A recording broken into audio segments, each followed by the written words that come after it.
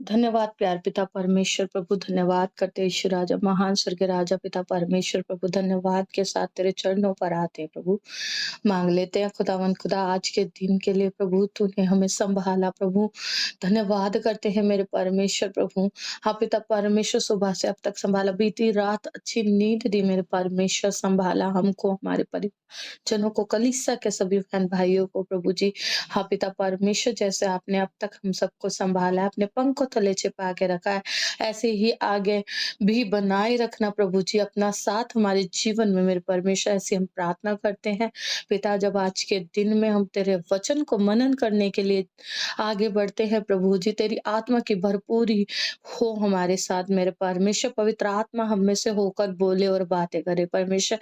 बोलने वाली मैं नहीं, मैं अपने आप को शून्य करती हूँ और पवित्र आत्मा के हाथों में अपने आप को सौंपती हूँ खुदावन खुदा पिता परमेश्वर प्रभु जी, ताकि आपका नियंत्रण मुझ पर पाया जाए परमेश्वर, और हर एक सुनने वाले का उद्धार हो प्रभु। हाँ मेरे पिता परमेश्वर, मैं खुद के लिए भी अपने अपने आप को प्रभु जी, हर एक भूल चूक गलती पापों की क्षमा को मांगते हुए हम सब तेरे चरणों पर आते हैं मेरे परमेश्वर। अपने मनों को शुद्ध और दीन और नर्म करके आते हैं, क्योंकि तू दयालु पिता है, हमारे साथ है मेरे परमेश्वर। हाँ प्रभु, हम सबको एकजुट होके रखना मेरे खुदावंत मेरे परमेश्वर। ऐसे हृदय, मन और कान देना, आंखें देना मेरे पिता परमेश्वर, के तेरे वचन को पढ़े सुने और मनन करे देखे मेरे पिता परमेश्वर, तो उस पर चलने वाले हो सके। यीशु नाम में पिता परमेश्वर हम सारी प्रार्थना विनती को मांगते हैं, धन्यवाद करते हैं पिता परमेश्वर कि आपने हमारी इस प्रार्थना विनती को सुना और स्वीकार किया। हालेलुया, आमीन। धन्यवाद पिता परमेश्वर का, धन्यवाद हो। हम लोग जब वचन में आगे बढ़ते हैं तो आज हम परमेश्वर के वचन से सीखेंगे। जैसे कि हम सभी जानते हैं कि पाम संडे जो है कल, तो हम उसी के विषय में सीखेंगे और परमेश्वर के वचन से जानेंगे। परमेश्वर का वचन पाम संडे जिसको हम मनाते हैं, तो उसके विषय में परमेश्वर का वचन हमें क्या सिखाता है ना? हालेलुया, आमीन। तो हम निकालेंगे परमेश्वर के वचन से मत्ती की पुस्तक और अध्याय 21 हम निकालेंगे, और कोई भी जिसे मिल जाता है वो पढ़े। हाँ जी, फर्स्ट और सेकंड। आमीन। परमेश्वर का धन्यवाद हो, प्रभु बहुत आशीष दे वचन के पढ़े जाने सुने जाने पर। आमीन। तो पहली बात, जब हम पाम संडे के बारे में पढ़ते हैं, मनन करते हैं, तो मैं यहाँ पर बताना चाहती हूँ कि क्यों मनाया जाता है पाम संडे, है ना? Why palm Sunday is celebrated. तो हम सभी जानते हैं कि पाम संडे को सेलिब्रेट करने वाले क्रिश्चियन लोग होते हैं, ईसाई समुदाय से होते हैं। जिस किसी का भी माइक ओपन है वो ऑफ कर ले। प्रिया सिस्टर, अपना माइक ऑफ करिए आप।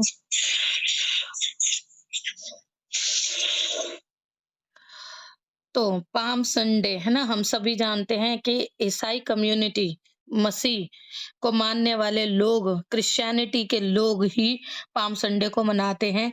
तो पहला, जब हम सीखते हैं तो पहला जो हमारे मन में आता है, क्यों मनाया जाता है पाम संडे, है ना? तो पाम संडे के दिन ईसाई धर्म के अनुयायी प्रभु यीशु के यरूशलेम आने की खुशी में गीत गाकर, और एक वर्ड है होसन्ना, है ना? मतलब प्रभु की, उद्धारकर्ता मसीहा की स्तुति हो, हालेलुया। और ये कहकर वो मनाते हैं। और ऐसा माना जाता है कि प्रभु यीशु जब यरूशलेम पहुंचे तो उन्होंने अपने शिष्यों से, हम सभी जानते हैं इसके पीछे की कहानी को, जो कि हम आज मनन भी करेंगे कि किस तरीके से प्रभु यीशु मसीह जो है गधे पर बैठकर अपने के आगे के, है ना, यात्रा को पूरा करते हैं, जो परमेश्वर ने उनको सौंपा था उस काम को पूरा करते हैं। हालेलुया। तो पहले हम वचन से पढ़ेंगे। ये छोटा सा संक्षेप विवरण था क्यों क्यों मनाया जाता है पाम संडे, और पाम संडे क्यों बोला जाता है। तो जब यरूशलेम में यीशु मसीह आए गधे के बच्चे पर बैठकर, तो वो जो है खजूर की डालियों को लेकर उनका स्वागत करते हैं, और उनको ही पाम बोला जाता है ना? तो परमेश्वर का धन्यवाद हो। यहाँ पर जब हम परमेश्वर के वचन से पढ़ते हैं, अध्याय 21 मत्ती का, और पहली आयत से कि यरूशलेम में विजय प्रवेश, पहले ही परमेश्वर का वचन हमें यह बात बता रहा है कि विजय प्रवेश प्रभु यीशु मसीह की विजय प्राप्ति के लिए, है ना, जय के लिए ये वचन है। और जब हम वचन को पढ़ते हैं तो कहता है, जब वे यरूशलेम के निकट पहुंचे और जैतून पहाड़ पर बैतफगे के पास आए तो यीशु ने दो चेलों को यह कहकर भेजा कि सामने के गांव में जाओ। वहां पहुंचते ही एक गधी बंधी हुई और उसके साथ बच्चा तुम्हें मिलेगा। हालेलुया। ध्यान देंगे, यहाँ पर प्रभु यीशु मसीह पहले से ही अपने चेलों को ये कहकर भेजते हैं कि तुम उस स्थान पर जाओ और वहां पर आपको एक गधी बंधी हुई मिलेगी और साथ ही उसका बच्चा भी तुम्हें मिलेगा। उन्हें खोल कर मेरे पास ले आओ। यदि तुमसे कोई कुछ कहे तो कहना कि प्रभु को इनका प्रयोजन है, तब वह तुरंत उन्हें भेज देगा। हालेलुया। यहाँ पर हम देखते हैं कि वह तुरंत तुम्हें भेज देगा, वो तुम्हें सौंप देगा उनको, गधी को और गधी के बच्चे को, है ना, दोनों को सौंप देगा। यह इसलिए हुआ कि जो वचन भविष्यवक्ता के द्वारा कहा गया था वह पूरा हो। हालेलुया। तो जरा हम उस वचन को पढ़ेंगे।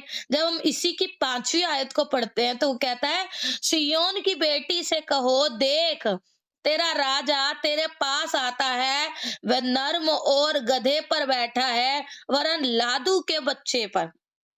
समझ रहे हो, यहाँ पर परमेश्वर का वचन सिय्योन की बेटी, है ना, यरूशलेम में आते हैं यीशु मसीह। और वहां पर जब वो आते हैं तो क्या कहा जा रहा है कि देख तेरा राजा तेरे पास आता है।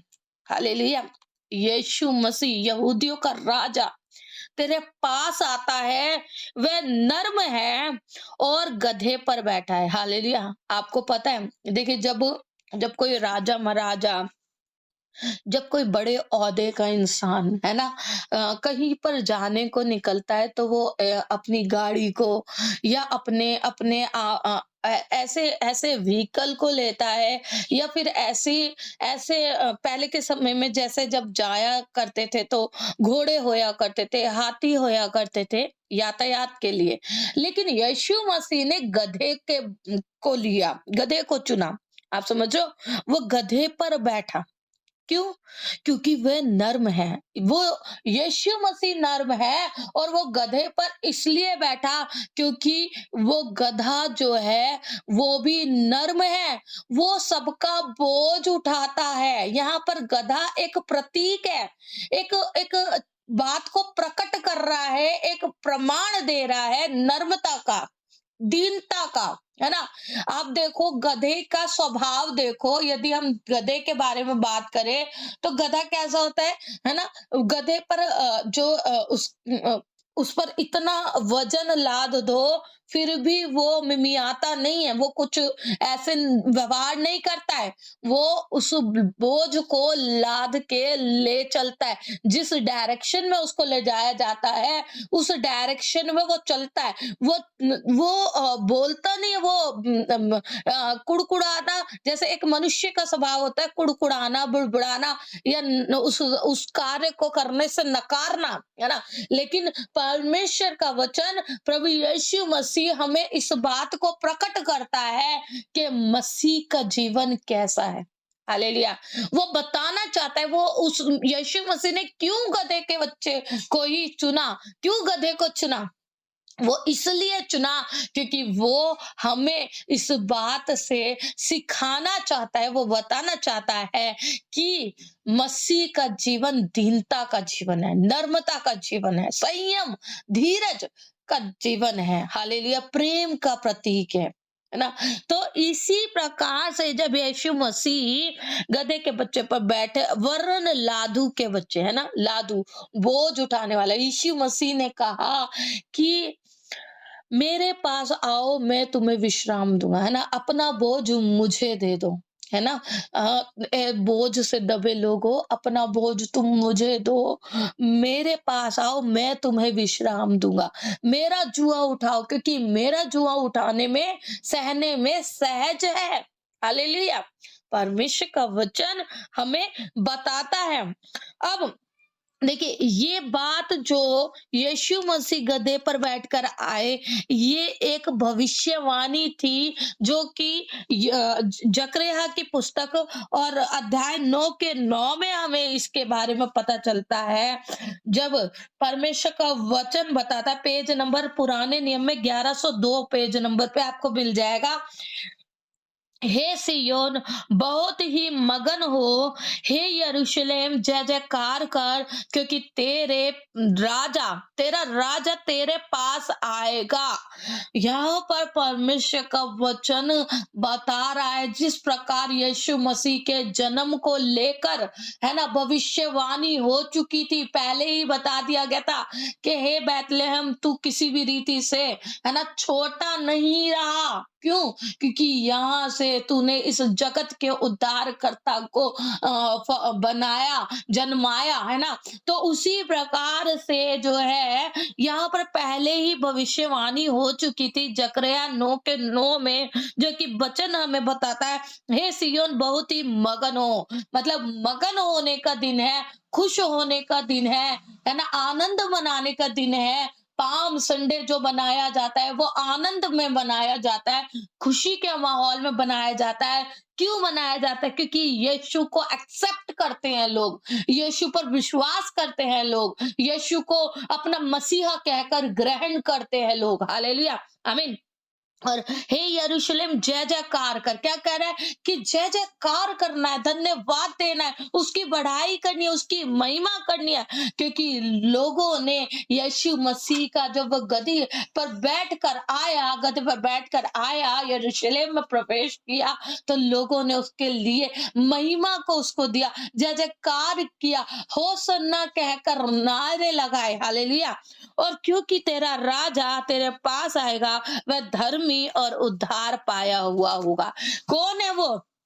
ऐसे ही कोई नहीं है, कोई आम आदमी नहीं है, परंतु वो परमेश्वर की नजर में खास है, वो परमेश्वर का प्रिय है, वो परमेश्वर का इकलौता पुत्र है, जो इस जगत के उद्धार के लिए भेजा गया। आमीन। और कहता है वह धर्मी और उद्धार पाया हुआ है, वह दीन है, वह दीन है। यहाँ पर भी उस बात को प्रकट किया गया जो उस मत्ती की पुस्तक में हम पढ़ते हैं, वचन में पढ़ते हैं कि वह दीन है और गधे पर, वरन गधी के बच्चे पर चढ़ा हुआ आएगा। आमीन, हालेलुया। तो इस प्रकार से हम देखते हैं परमेश्वर का वचन पूरा हुआ। यीशु मसीह जब क्रूस पर क्रूसीफाई हुए, तो उन्होंने एक बात को कहा कि सब कुछ पूरा हुआ। हालेलुया, आमीन। मतलब प्रभु यीशु मसीह ने उस बात को, परमेश्वर को ये कहकर समर्पण कर दिया,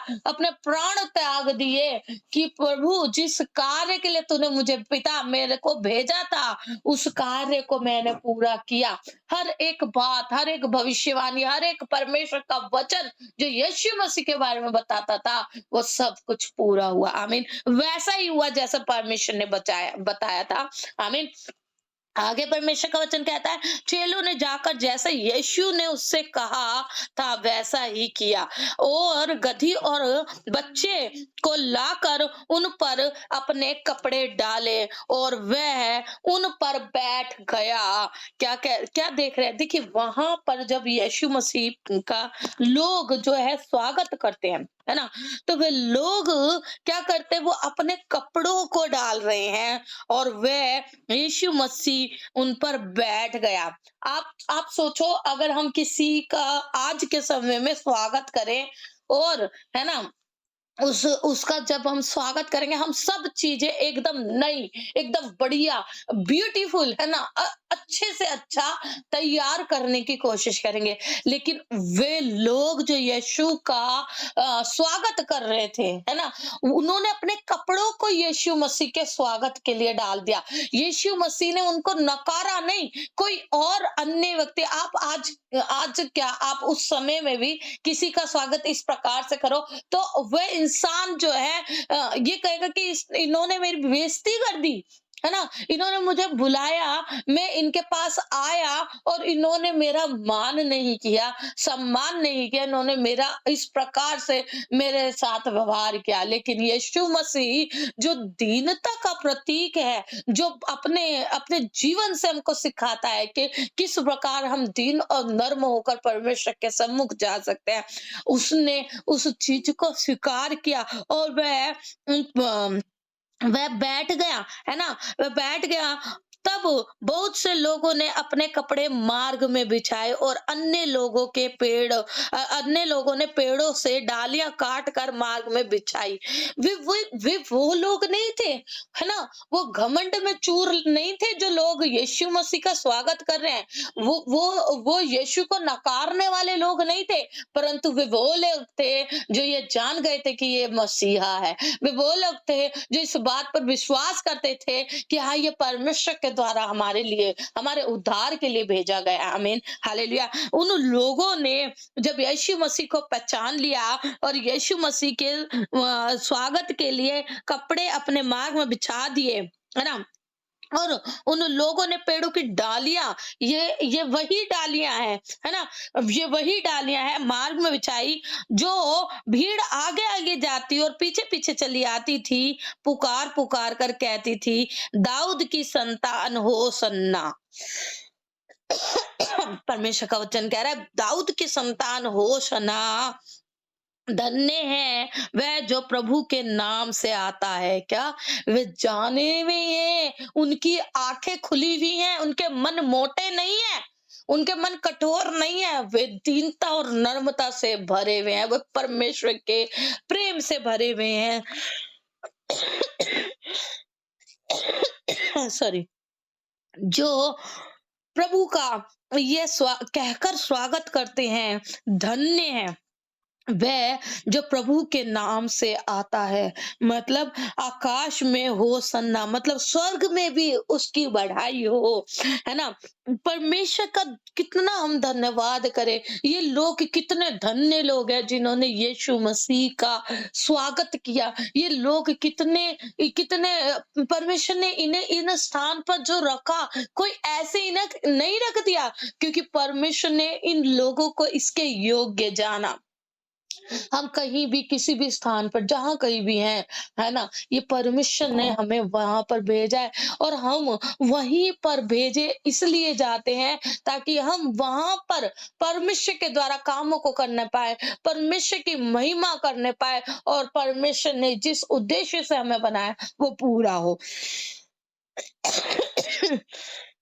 क्योंकि प्रभु का वचन कहता है, मैंने हर एक वस्तु को एक विशेष उद्देश्य से बनाया है। हालेलुया। यीशु मसीह को परमेश्वर ने इस जगत के उद्धार के लिए भेजा, है ना? वो भेजा गया, ऐसी आप और मैं भेजे गए हैं इस जगह पर, इस स्थान में, है ना? प्रभु की महिमा के लिए। हालेलुया, आमीन। और जब उसने यरूशलेम में प्रवेश किया तो सारे नगर में हलचल मच गई और लोग कहने लगे, यह कौन है? लोगों ने कहा, यह गलील के नासरत का भविष्यवक्ता यीशु है। हालेलुया। वो वो यीशु मसीह, मतलब और दूर दूर तक खबरें पहुंचने लगी यीशु मसीह के बारे में, और दूर दूर तक लोग जानने के इच्छुक हुए यीशु मसीह के बारे में। उन्हों उसको उसके बारे में वो पूछ रहे हैं कि ये कौन है। हालेलुया। देखिए, यहाँ पर ये जो लोग यीशु मसीह का स्वागत कर रहे हैं, ये वो लोग हैं जिन्होंने यीशु मसीह के द्वारा किए गए कामों को देखा, अपनी आंखों से देखा, उस पर विश्वास किया, उसकी बातों पर विश्वास किया। हालेलुया। ये वो लोग हैं जो परमेश्वर की बढ़ाई के लिए अपने मन को दीन और नर्म किए, यीशु मसीह को स्वीकार किया, ग्रहण किया। हालेलुया। परमेश्वर का धन्यवाद है, परमेश्वर की महिमा हो। आज परमेश्वर आपको और मुझको भी, हम सबको ये आनंद का दिन मनाने को, है ना, मौका दिया है परमेश्वर ने कि हम उसके उस आनंद में जो शामिल हो जाए, जो वो कहता है कि तुम सदा आनंदित रहो। हालेलुया। हमें, क्योंकि यीशु मसीह हमें जीवन देने आया, यीशु मसीह के आने का मकसद हमारे जीवन में उद्धार को देना है। हालेलुया।